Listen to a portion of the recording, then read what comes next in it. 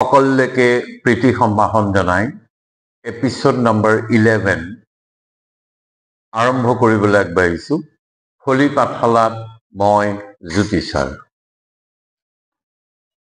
আজি আমি এটা কাম কৰিম how to study for examination পৰীক্ষাৰ কাৰণে কেনেকৈ পঢ়িব লাগে সাকসেস হ'বৰ কাৰণে আসলতে কেৱল ট্যালেন্ট পটেনশিয়ালিটি যিমানেই নাথাকক তাক যদি প্ৰপাৰ ইউটিলাইজেশন কৰা নহয় তাক যদি প্ৰপাৰ কাল্টিভেশন কৰা নহয় অৰ্থাৎ যদি মেথডিক ষ্টাডি কৰা নহয় তেন্তে হলে সাকসেসত ই বেৰিয়াৰ্স হিচাপে কাম কৰে অৰ্থাৎ মই ক'বলগীয়া কথাটো হ'ল how to study for examination পৰীক্ষাৰ কাৰণে কেনেদৰে পঢ়িব লাগে সেই মেথডটো আগতীয়াকৈ তৈয়াৰ কৰি ল'ব লাগে যেনেকে আমি এটা ভাল বিল্ডিং বনালে এটা ঘৰ বনালে ঘৰটো কেনেদৰে বনাম আগতীয়াকৈ আমি এখন ড্ৰয়িং আঁকি লওঁ সেই ড্ৰয়িং মতেদি আমি ঘৰটো বনাওঁ আৰু যেটো ফ্ৰুইটফুল মেথড অফ ষ্টাডি অধ্যয়ন কৰাৰ যেটো ফলপ্ৰসূ পদ্ধতি সেই পদ্ধতিত এটা কথা আছে যে যিকোনো এটা বস্তু যিকোনো এটা বিষয়বস্তু যিকোনো এটা টপিক যেতিয়া আমি ডিসকাস কৰো সেই টপিকটোৰ লগত পৰীক্ষাত কি আহিব পাৰে সেই কোৱেশ্চনছ বিলাক লগালগ প্ৰেক্টিস কৰি যাব লাগে সেই কাৰণে এনসিআৰটি হক আসাম স্টেট স্কুল এডুকেশ্যন বোৰ্ডে যিমান বিলাক সিলেবাস বা পাঠ্যক্ৰম তৈয়াৰ কৰিছে প্ৰত্যেকটো চেপ্টাৰৰ পিছত এক্সাৰসাইজ থাকে প্ৰশ্নাৱলী থাকে অনুশীলন কৰিবলৈ আমাক দিয়ে ইয়াৰ মূল উদ্দেশ্যটো হ'ল practice max a man perfect যদি হে তেওঁ প্ৰেক্টিস নকৰে অনুশীলন নকৰে তেন্তে হলে তেওঁৰ নলেজটো একুৰেচিত সন্দেহ আহি যায় সেই কাৰণে যিকোনো এটা টপিক আলোচনা কৰাৰ পিছত সেই টপিকটোৰ পৰা কি সম্ভাৱ্য প্ৰশ্ন আমি অনুশীলন কৰিব লাগে আগে কাৰণে from that point of view সেই দৃষ্টিকোণটো ৰাখি আমি যেহেতু এতিয়ালৈকে 10টা এপিসোড আমি শেষ কৰিছো প্ৰথম দুটা এপিসোড নম্বৰ 1 আৰু এপিসোড নম্বৰ 2 সেইটো সকলো শ্ৰেণীৰ ভিউৱাৰ্ছে চাব পৰাকে আছিল আৰু 10টাৰ প্ৰথম দুটা বাদ দিলে বাকি যি 8টা টপিক আছে সেই টপিকৰ আধাৰত আমি মেট্ৰিক আৰু এইচএস লেভেল আমি কি কোৱেশ্চন আহে আজি আমি কেৱল কোৱেশ্চনছ প্ৰেক্টিস কৰিম অৰ্থাৎ তাৰ আনসাৰ বিলাকৰ ফৰ্ম খেদিম আমি আনসাৰ বিলাক উলিয়াবলৈ চেষ্টা কৰিম সেই কাৰণে আজি এপিসোড নম্বৰ 2 11 যেটো নম্বৰ এপিসোড নম্বৰ 11 সেই 11 টোৰ আমি নাম দিম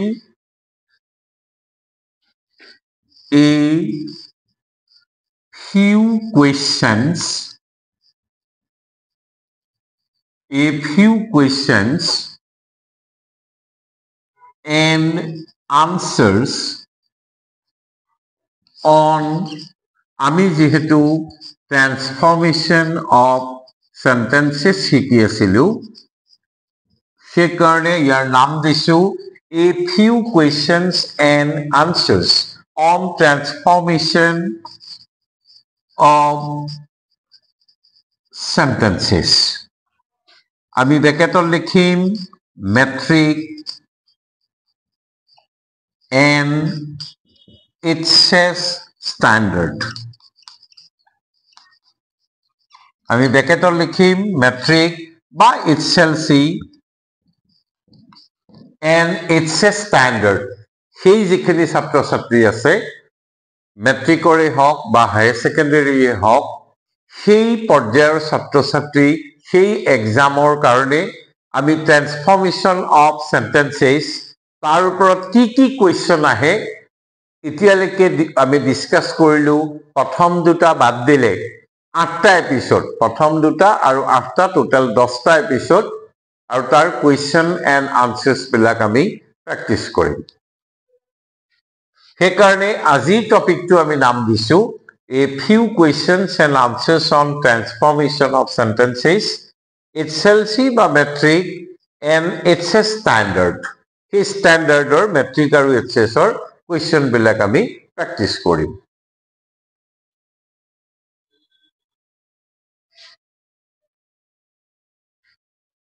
এতিয়া আমি প্ৰথম ঠিক কৰি ল'ব লাগিব the very first thing we have to do যে পৰীক্ষাত কেনেদৰে question আহে Assam State School Education Board সেই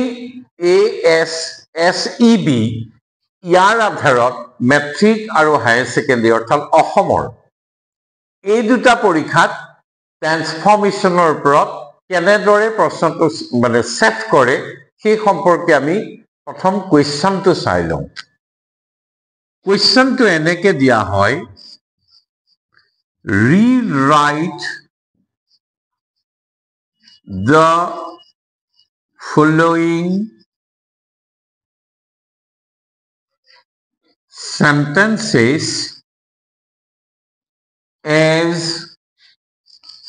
directed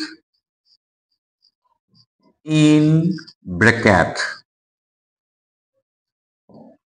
Rewrite the following sentences as directed in bracket. অর্থাৎ ব্ৰেকেটত ডাইৰেকশ্যন দিয়া আছে সেই ডাইৰেকশ্যন অনুযায়ী তলত দিয়া বাক্যবিলাক পুনৰ লিখিব লাগে কুৱেশ্যনটো আকৌ এবাৰ কৈছো Rewrite the following sentences as directed in bracket. বন্ধনীৰ ভিতৰত ব্ৰেকেটৰ ভিতৰত দিয়া আছে কি কৰিব লাগিব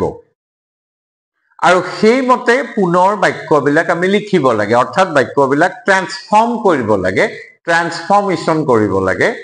সেই ট্ৰান্সফৰ্মেশ্যন অফ সেন্টেন্সেছৰ কুৱেশ্যনটো এনেকে আহে মেট্ৰিকেই হওক হায়াৰ ছেকেণ্ডাৰী হওক এনেদৰে দিয়ে দি পেলাই ধৰি লোৱা হ'ল এ নাম্বাৰ এতিয়া যে আমি প্ৰথম দুটা এপিসোড বাদ দিলে যেনে আমি প্ৰথম দুটা এপিসোড লৈছিলো ইংৰাজী মানে ইংলিশ সমস্যা নে সুযোগ দ্বিতীয় এপিসোড শব্দই কেনেকৈ কণী পাৰে সেই দুটা টপিক গোটেই সকলো শ্ৰেণীৰ মানুহৰ বাবে কিন্তু তাৰ বাদে 10 নম্বৰ লৈকে অৰ্থাৎ 3 নম্বৰৰ পৰা 10 নম্বৰ লৈকে আমি প্ৰতিদিনাই একোটা টপিক ডিসকাস কৰিছিলো সেই গোটেইখিনি সাঙুৰি আজি আমি সেই কোৱেশ্চনছ খিনি লম এ নম্বৰ যেনে আমি এটা প্ৰশ্ন ললো who doesn't desire for a happy life who doesn't বা who does not desire for a happy life ব্ৰেকেটত পৰীক্ষা দিলে মেট্ৰিকে হওক বা হায়াৰ ছেকেণ্ডাৰী হওক turn into assertive sentence bas who doesn't desire for a happy life এতিয়া আমি মনত পেলাও যে আমি যেতিয়া assertive আৰু affirmative শিকিছিলো তেতিয়া মই এই কথাটো কৈছিলো যে assertive হলে কোনো অসুবিধা নাই কি yes বা no দুইটাই হ'ব পাৰে কিন্তু affirmative হলে only yes কাৰণ যেহেতু affirm নিশ্চয় যোনে নতুনকে ভিডিওটো এটো চাইছে তেওঁলোকে সেই এপিসোডটো চাই ল'ব যাৰ নামাকৰণ কৰা হৈছে assertive and affirmative গতিকে এটা কোৱেশ্চন ললো who doesn't desire for a happy life কৈছে turn into assertive sentence assertive কৰিবলৈ ইজি কাৰণ হি পজিটিভো হ'ব পাৰে নেগেটিভ দুইটাই হ'ব পাৰে গতিকে আমি আনসাৰটো যদি লওঁ তেন্তে হলে কোনেনো এটা সুখী জীৱন কামনা নকৰে তেন্তে হলে আমি তাৰ উত্তৰটো এনেকে দিব পাৰিম everyone বা everybody যেহেতু থাৰ্ড পাৰ্সন দুইটাই গতিকে ডিজায়াৰ টু ঠাইত desires for a happy life. Everyone oblique everybody দিলেও হ'ব desire যেহেতু everyone বা everybody third person singular আৰু আমি জানো present tenseত everyone everybody এই দুইটা থাৰ্ড পাৰ্সন সিঙ্গুলাৰ প্ৰেজেন্ট টেন্সৰ মূল ভাৰ্বটোৰ লগত s বা es লগ লাগে গতিকে ইয়াৰ উত্তৰটো everyone desires for a happy life লিখিলেও হ'ব নাইবা everybody desires for a happy life দুইটাই কাৰেক্ট আনসাৰ এটো আমি অ্যাসাৰ্টিভ আৰু এফাৰ্মেটিভ যেটো এপিসোড আছে তাৰ পৰা এটা নতুন কোৱেশ্চন লৈছো তাত ডিসকাস কৰাখিনি বাদেও এতিয়া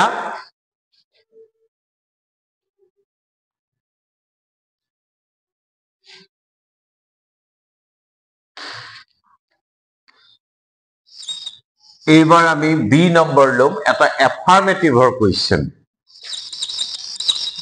who loves an unpatriotic man এইবাৰ পৰীক্ষাত আহি গল turn into affirmative sentence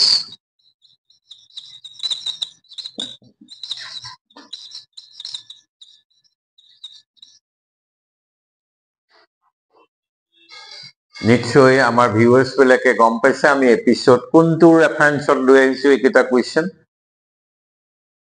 assertive and affirmative sentence গতিকে এবাৰ আহি গল who loves an unpatriotic man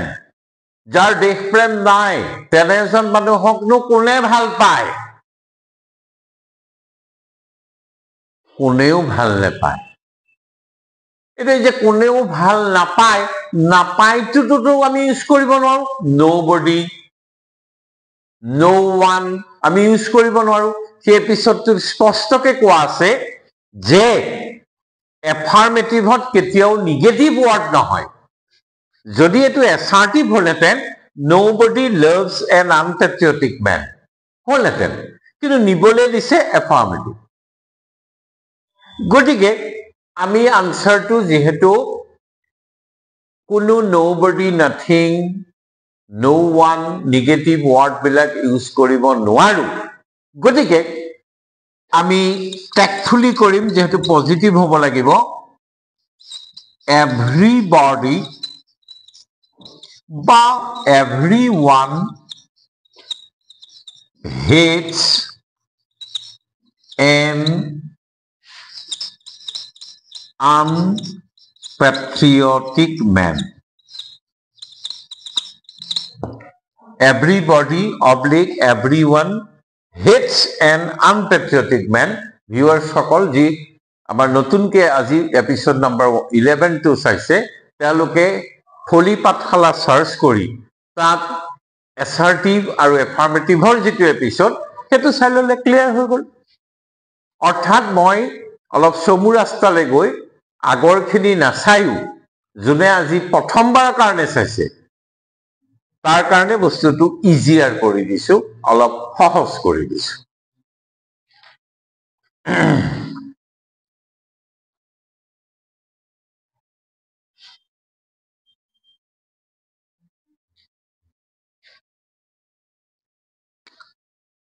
C number affirmative assertive আৰু affirmativeৰ এটা কোৱেশ্চন ললো এবাৰ আমি লম নেগেটিভৰ এটা কোৱেশ্চন যেনে যদি পৰীক্ষাত আহে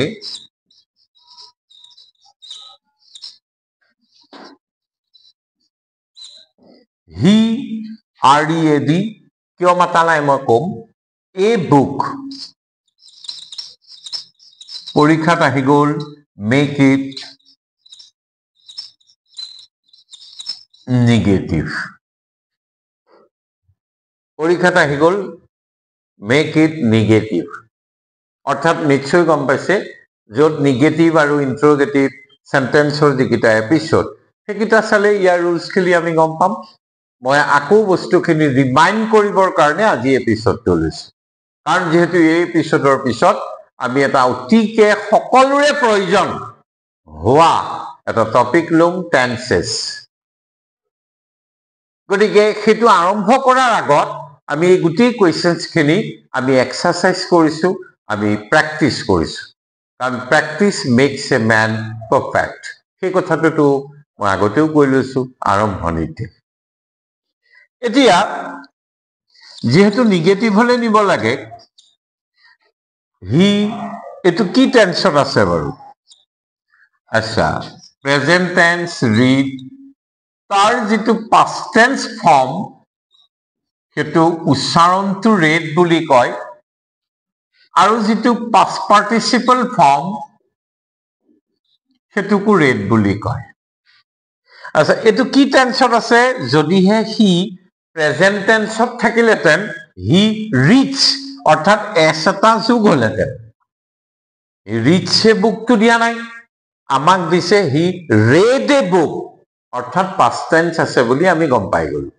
নিগেটিভ হলে নিব লাগে, যিহেতু মেইন ভাৰ্ব হি ডিডেন্ট